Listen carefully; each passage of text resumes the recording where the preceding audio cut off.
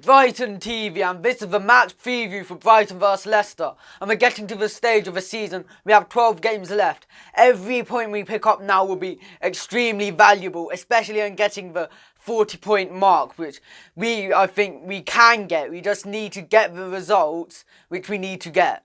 And with Leicester sacking their manager, we don't know what will happen. Will they get a really good reaction or will they get a poor reaction? We've seen caretaker managers, like you could see United, where Ole Gunnar Solskjaer has done amazing for them as a caretaker. We don't know if the manager could do something like that, or they can just do something where they lose until they get a real manager at this point. So we need to hope that it's the second option and we get points from this game, because with them they might be a bit unorganised, and with them losing 4-1 on Saturday to Palace, let's hope we can break their defence down. Since if they are leaking that many goals, we need to capitalise on that a lot, because our side, we need to do that if we can.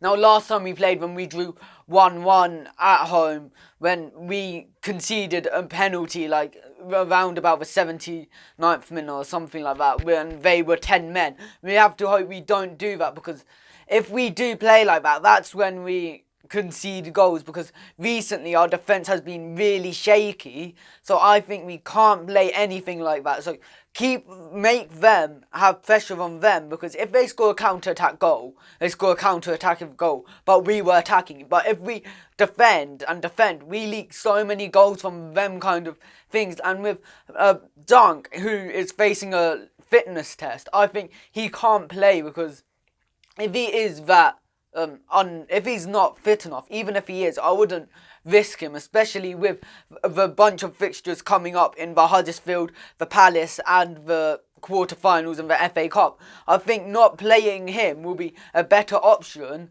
due to him, like, if he is a tiny bit injured, he might just force a substitution early on. If you saw the United-Liverpool game, there was 4 injuries. Because of injuries, there was 4 substitutions. We don't want something like that, because Dunk, I think, and with Dan Burn, he proves why he deserves to play in the Premier League. So also he really wants to capitalise on this chance. And I think a player like Anthony Knockaert really could capitalise on this thing. With our other two wingers are out with Izquierdo and Solly March, but they are facing late fitness tests, so hopefully they will be fit. But I think playing Knockaert on the right with Jahanbakhsh on the left, and playing somebody like Bruno, since Bruno and Knockaert, they have one of the best partnerships down the wing I've seen at the Amex ever. So I'd play them two down the right and play a player like Ali Reza Jahanbakhsh on the left, because I think Knockaert, he does so much more when he's on the right, when he can cut in on that. Or he could do like swap with them, since we saw against Derby both of them kept on swapping around, and we saw Knockaert was far more comfortable on the right-hand side, and he did amazing stuff. So let's hope he can do something like that. So the players who are facing late fitness tests are Glenn Murray, Dunk, March, Lecadia and Izquierdo. So if you think about that, with Andone still suspended, but he will come back for the next game, which is really good news. I think this is a time when a player like Victor Gyökeres, he really wants his chance, because I doubt Chris Hughton's going to have, like, if he starts Glenn Murray, I doubt he'll have Lecadia on the bench if he's unfit, so he'll have another under-23s on the bench. So under-23s could easily try and get this opportunity just to play, because if they get some minutes, we don't know, we might make the next Marcus Rashford. And with Leicester, they haven't won in their last 7 in all competitions. So let's hope we can really capitalise on that.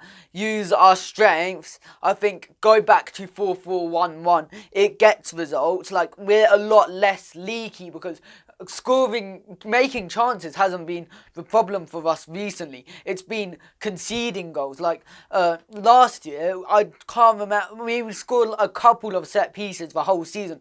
This year we have more goals, but most of them are set pieces. But when we play 4-4-1-1, we create more direct chances, in my opinion. We create more chances which look like they can go in, instead of with 4-3-3 we have players shooting outside the box, hoping a lot more instead of trying to work as a team.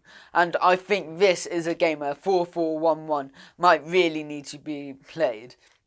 And I think players like Bissouma and Kyle, they would really want to play, and I think they both might deserve to play, with a really important game coming up in Huddersfield, which I'd say at this point in time is the most important game of our season. We should drop Gross, since he hasn't been playing that well, and drop Stevens, play Bissouma proper, and Kyle, since when we played Kyle, he was an key man in our 3-game winning run against Newcastle, West Ham, and I can't remember the other team, but that was such an important winning run for us. If we didn't have that, we would be down where Fulham and Huddersfield are. So we need to hope we can get a new winning run. If we win our next 3 games, that'll be amazing. Nobody will think, oh yeah, Brighton could get relegated, since we'd have, I think, 36 points, something around about there, which looks a lot more safer with 9 games to go, than what we have now. And this is a game where a result is so important. So I think the scores will be 2-2, with Leicester recently conceding a lot, and with the manager change, I think it's going to take a few games, so they might leak a few goals at first. So I think 2-2, because for us away we leak way too many goals, but hopefully Dan Burn could be like a structure who helps. And if Dan Burn plays and dunks out, I think Bruno has to play. He just makes the defence, I feel like, more solid, since he's just one of the best captains I've ever seen. So I think playing him and Bernardo, he goes up and down the wing with the left winger. I think we have to play him over Bong, because we know last time we played them, Bernardo got the Albion man of the match. He worked his socks off, so I think he should play. So I think a player like Shane Duffy, I feel like we're going to score a set piece. A player like Shane Duffy,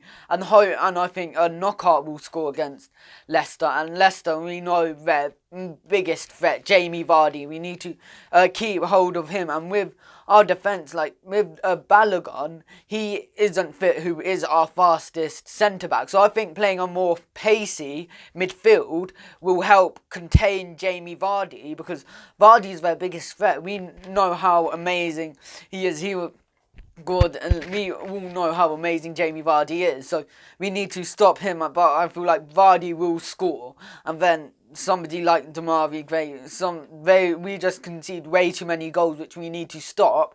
And I think, like I've seen before, some questions between Ryan and Button, like I've even questioned it myself. But now, after the FA Cup game, I think Ryan has to play, because Button makes a bit too many handling mistakes. Like, other than that, he's a great keeper, but his handling's a bit off. So we need Ryan to play, and hopefully we can get a spark which keeps going until the end of the season, because this is such an important run of games for us, and with them having slight fixture congestion, that might be a more problem for them than us, since we haven't played since a couple, I think 10 days, but then they played on Saturday, which makes them a lot more tired for this game. And with them losing 4-1, that might make the morale for them a little bit lower. So let's hope that just keeps our team. If we can get a result, that will be amazing for us. Each point is important. We need 40 points is what they always say, which is another 13 from 12, which seems possible. Like, that's, you could say 4 wins and a draw, which it could be. And with a lot of 6-pointers coming up, if we win our 4 home 6-pointers, then yeah, we're staying up. Don't forget to like and subscribe to Brighton TV and follow us on Instagram.